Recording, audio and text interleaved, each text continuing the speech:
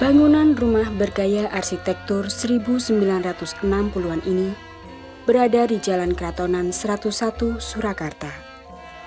Ruang tamu, kamar tidur untuk tamu, kamar tidur utama, dilengkapi dengan aksesoris benda-benda seni budaya yang bernilai tinggi. Beberapa patung keramik dari Cina, padasan dari zaman Kartosuro, lukisan karya-karya pelukis ternama, dan senjata adat di setiap sudut ruangan. Ruang perpustakaan dan koleksinya melengkapi keberadaan rumah seorang intelektual. Taman di pelataran belakang rumah yang asri menunjukkan bahwa selera keindahan pemiliknya sangat tinggi.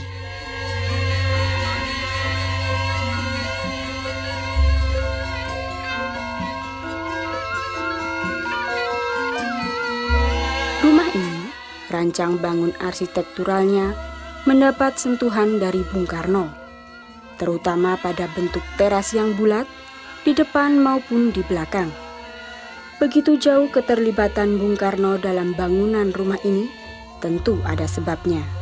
Pemilik rumah ini, Kanjeng Pangeran Harjonagoro pada masa mudanya, ketika dikenal dengan nama Harjono Gotikswan, hubungannya sangat dekat dengan Bung Karno. Hubungan antara Harjono Gotikswan dan Bung Karno seperti hubungan antara anak dan ayah.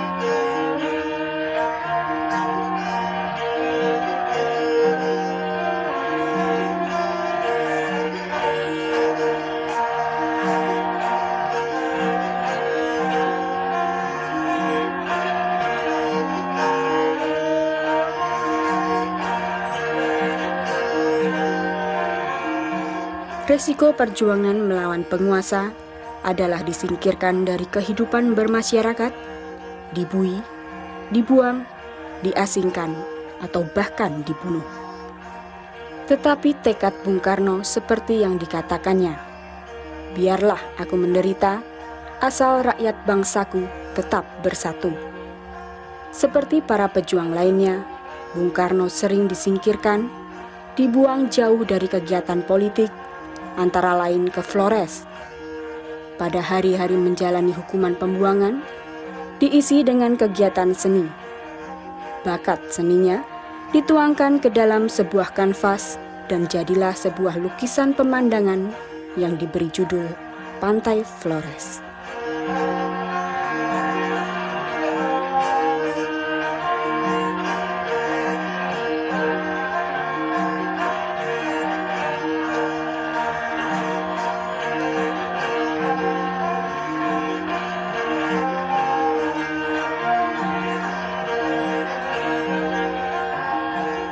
Perjuangan yang dilalui dengan pahit getir itu telah menghantarkan Bung Karno menjadi presiden pertama Republik Indonesia. Dari penjara yang kumuh, dari tempat pembuangan yang seadanya, ia melangkah menuju istana presiden yang megah.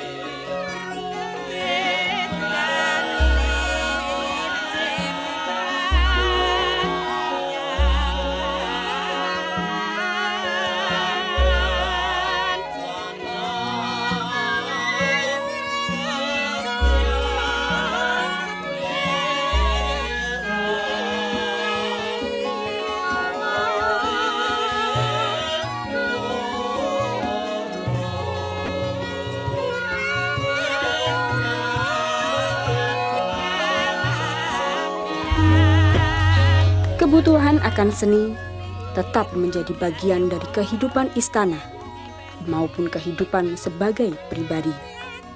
Selera seninya tampak dalam jenis karya-karya yang memenuhi ruangan-ruangan dalam istana. Para seniman yang biasanya dimarginalkan pada masa kepemimpinan Bung Karno dirangkul seperti teman seperjuangan. Beranda belakang Istana Merdeka sering digunakan untuk bertemu secara santai dengan para seniman.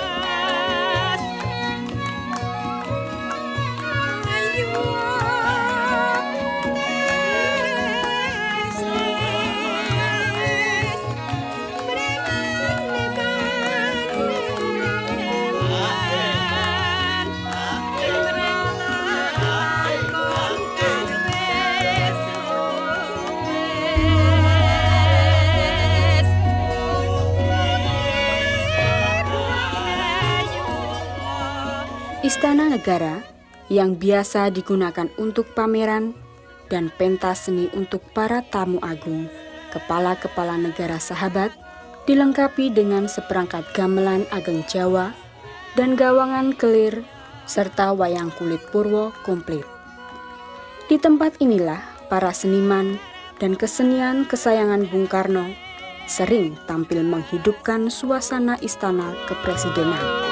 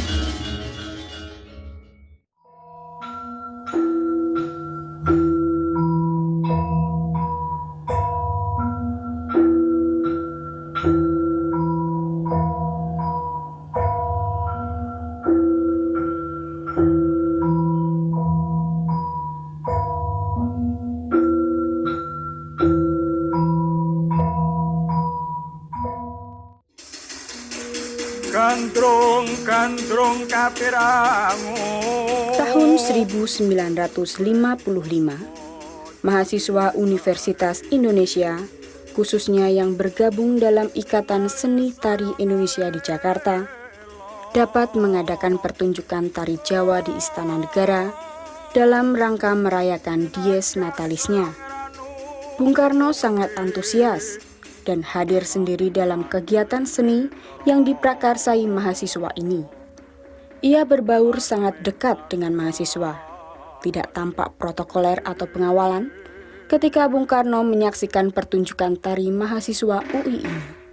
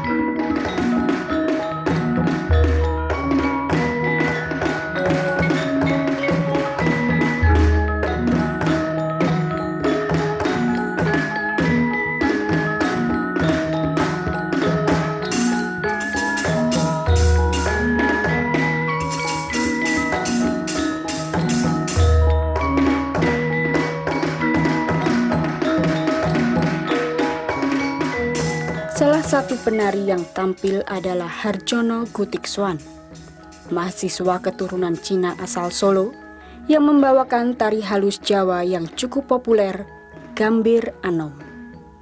Bung Karno tertarik, dan lebih tertarik lagi ketika diketahui bahwa Harjono adalah seorang keturunan Cina.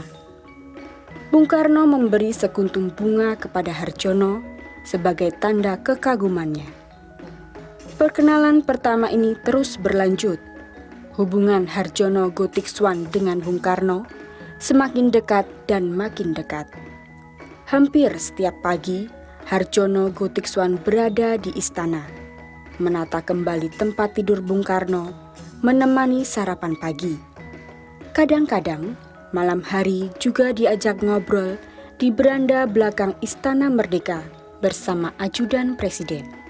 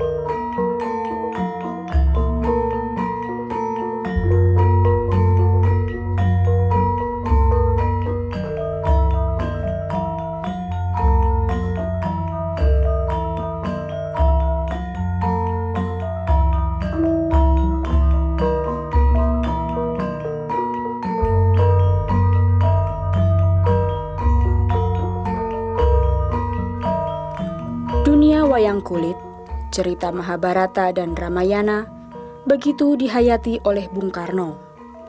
Nama pemberian ayahnya, Sukarno, diambil dari nama kesatria yang bernama Karno yang dilukiskan dalam serat Tripomo sebagai salah satu kesatria teladan selain Suwondo dan Kumbokarno. Bung Karno juga dapat mendalang. Beliau pernah berkata kepada para seniman, "Kalau saya tidak dalam politik, saya akan menjadi pelukis atau dalang."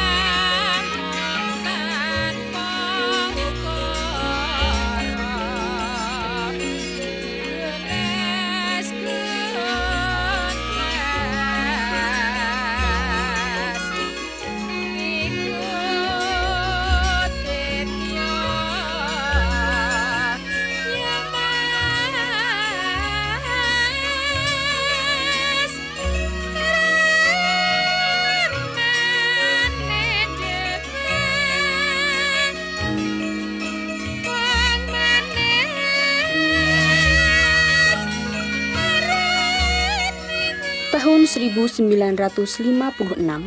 Himpunan Siswa Budaya Mahasiswa Universitas Gadjah Mada Yogyakarta mengadakan muhibah seni ke Universitas Indonesia Jakarta.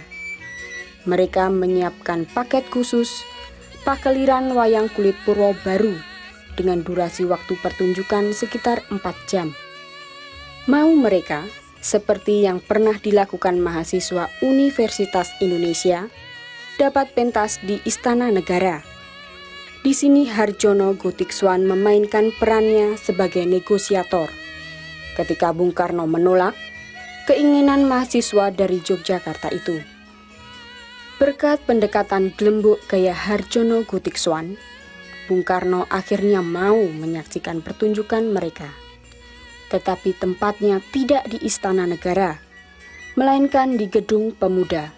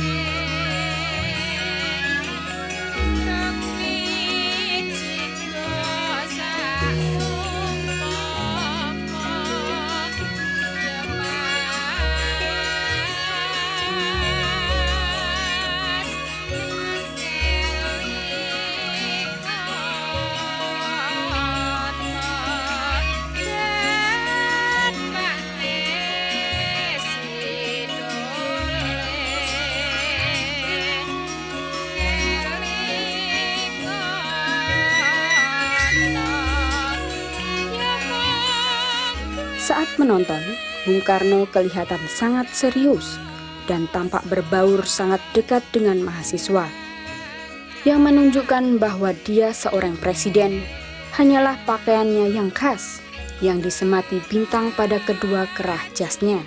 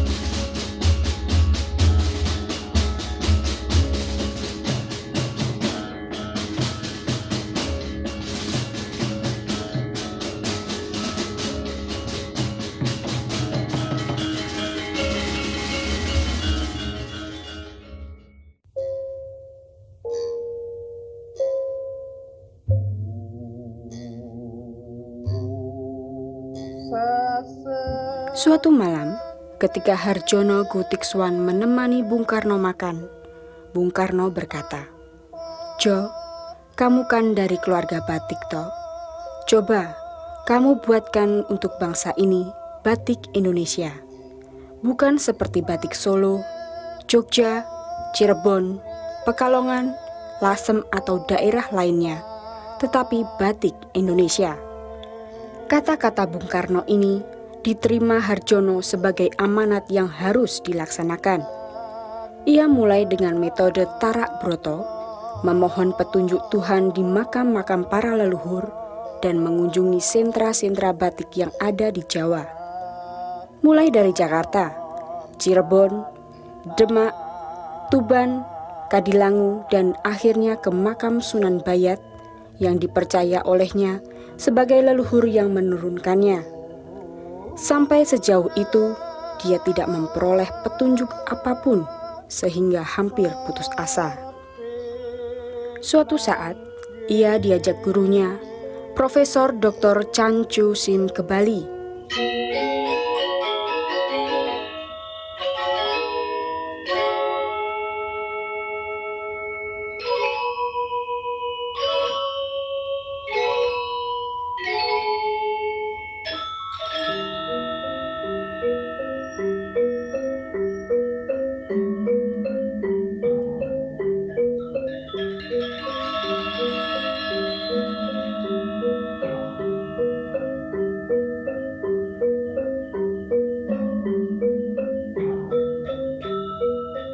Di Bali menginap di sanggarnya Walter Spies di Campuan Ubud.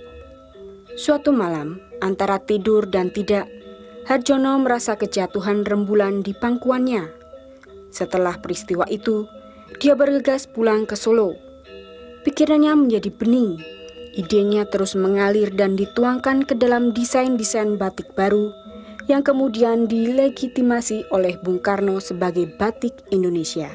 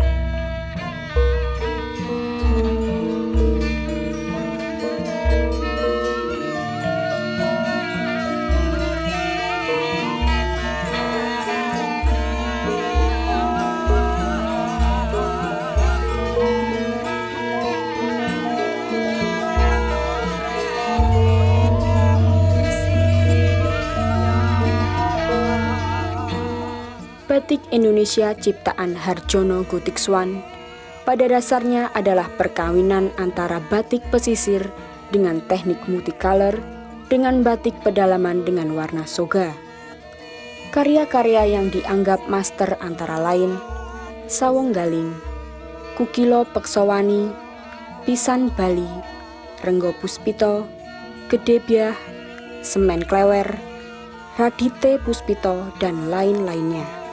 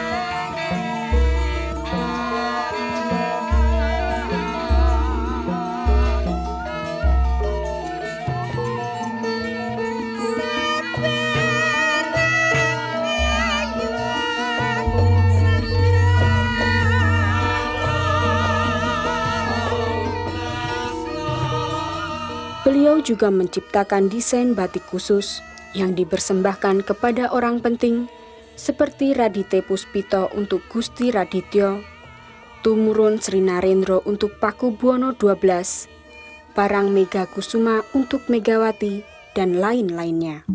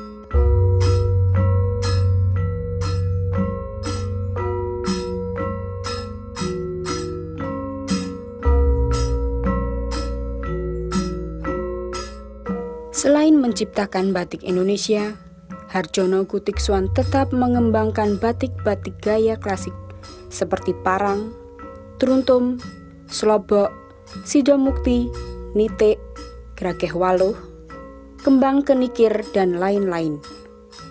Salah satu karya terpenting gaya klasik Hardjono Gutiksoan adalah Batik Kembang Bangah, merupakan ungkapan protes terhadap kondisi kehidupan yang carut-marut akibat dari kebijakan penguasa yang tidak tepat.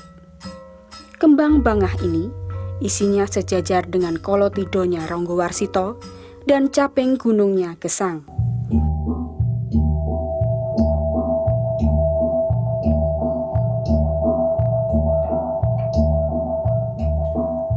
Ratu Nera tu utama Patih le nuwe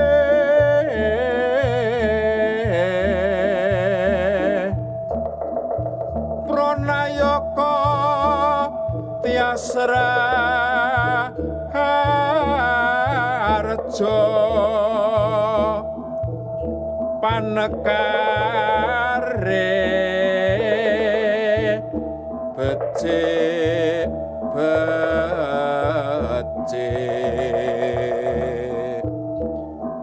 parandene tan dadi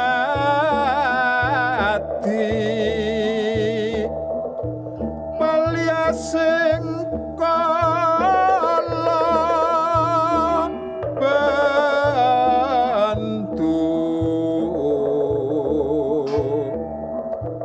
malah sangkitan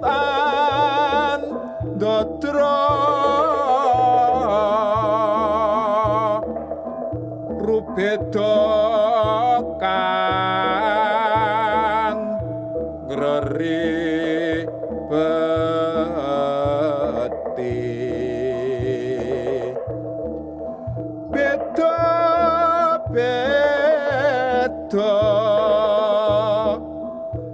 Wedane wong sana